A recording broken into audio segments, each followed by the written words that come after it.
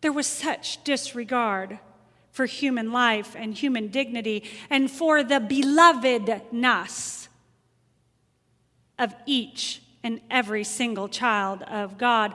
All of this in the very second chapter of Matthew, the second chapter of the New Testament, provides all this tragedy at the hand of a single human being. And it's not a far step then into the early dark hours of last Sunday morning, still Saturday night for some, when a person whom some describe as a crazy person, filled with anger and hate and fear and confusion, decided to do the same with complete disregard for the dignity of human life, with no care for the belovedness of those human lives. And the bullets that flew out of that AR-15 didn't know if the lives they would forever alter were black or Hispanic, gay or straight, young or old. There was simply fear and death and destruction in their path. And there are ancient words in this second chapter of Matthew pulled from the prophet Jeremiah, applied to this tragic situation, this horrific killing. And I've heard these words from Jeremiah in my head all week. A voice was heard in Orlando, wailing and much lament, weeping for God's children, refusing to be consoled. God's children gone, they are no more. And not just in Orlando. Mothers wail in Puerto Rico and in West Hollywood. There is wailing at the Stonewall Inn and at the Barney Alice Plaza last Sunday evening. So much wailing. And there was wailing in an Orlando hospital last Sunday morning, where Dr. Joshua Corsa was working. You may not know his name, but you may have heard about his shoes. His brand new shoes that he wore into the ER when he went to work that morning. And it was only the next day when he realized, as you will see on the screen, maybe,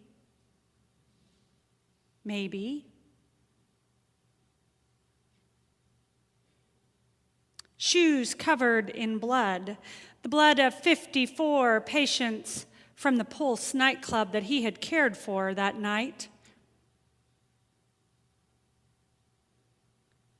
He said, I didn't know which were straight and which were gay, which were black and which were Hispanic. What I do know is they came to us in wave upon wave of suffering and screaming and death.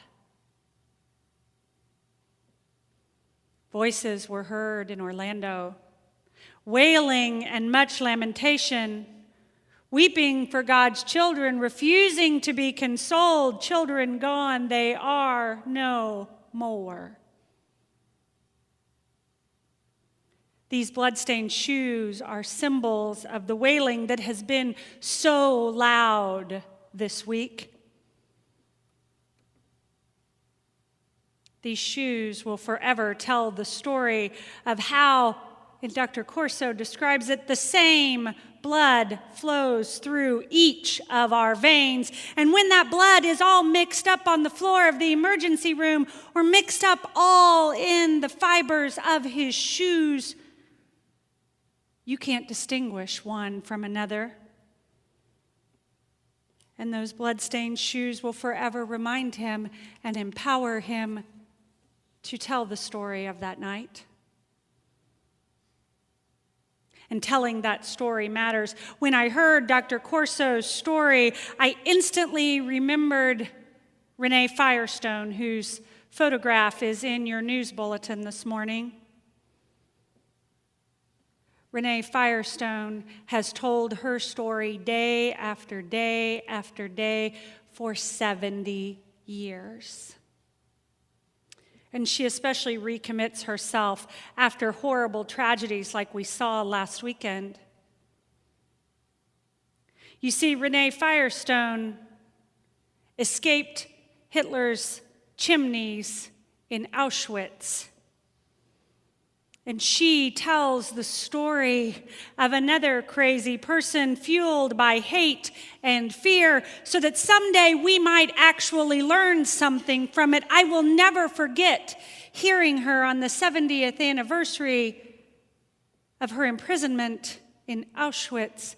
This little bitty, tiny, soft-spoken, precious woman doing her very best to raise her voice to explain to us that we as humanity have learned nothing from the Holocaust because we keep killing one another. And we continue to slaughter the innocent.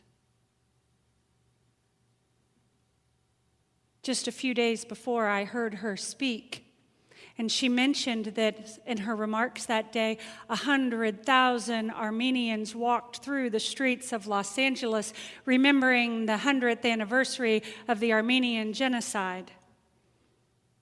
Mrs. Firestone had been to Rwanda to meet with the survivors of the Rwandan genocide that was just now some 20 years ago. For many of us, we remember the stories of our friend Johnny Ray, that many of you know, who went to hear the stories in Bosnia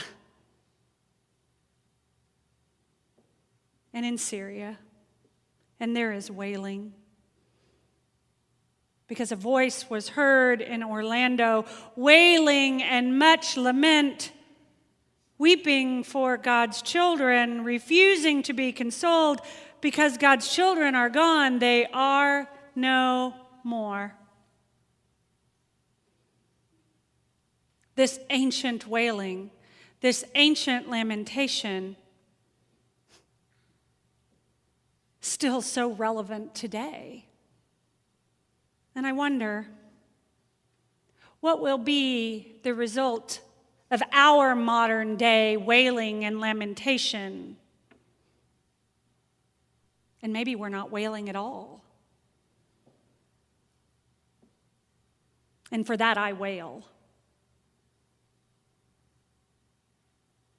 What will we do? How will we wail for God's children? Because we must, my friends, keep wailing the gospel story of love and welcome, no matter that the color of your skin or the language of your tongue, or whether you are a boy or a girl or gay or straight or somewhere on that spectrum, you are loved and you are beloved.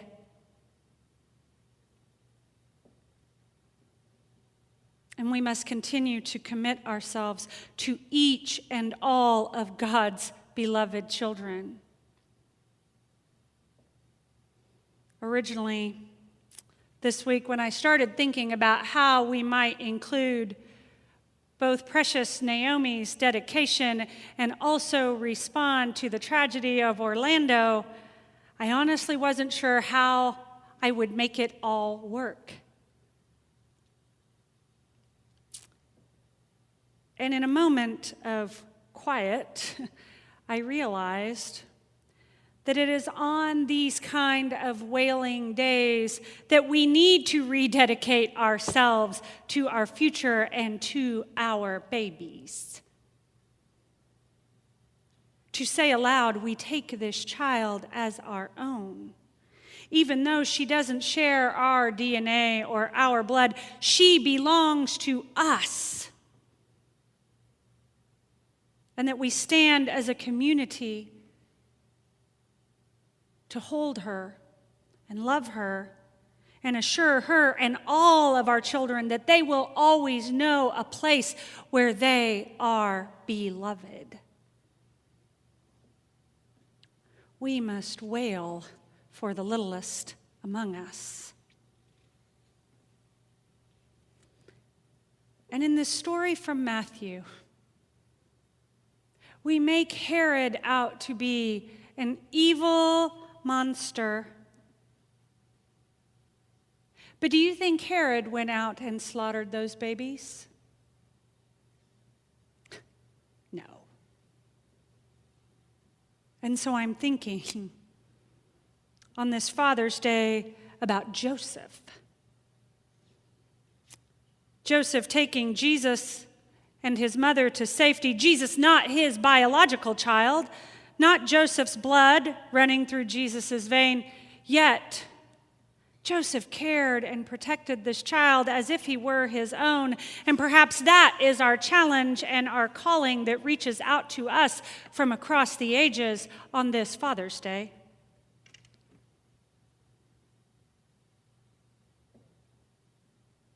My friends, we must continue to wail.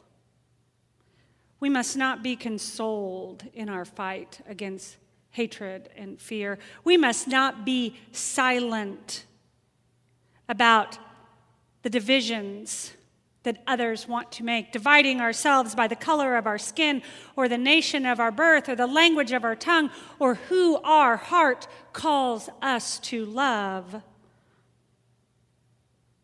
We must wail and refuse to be consoled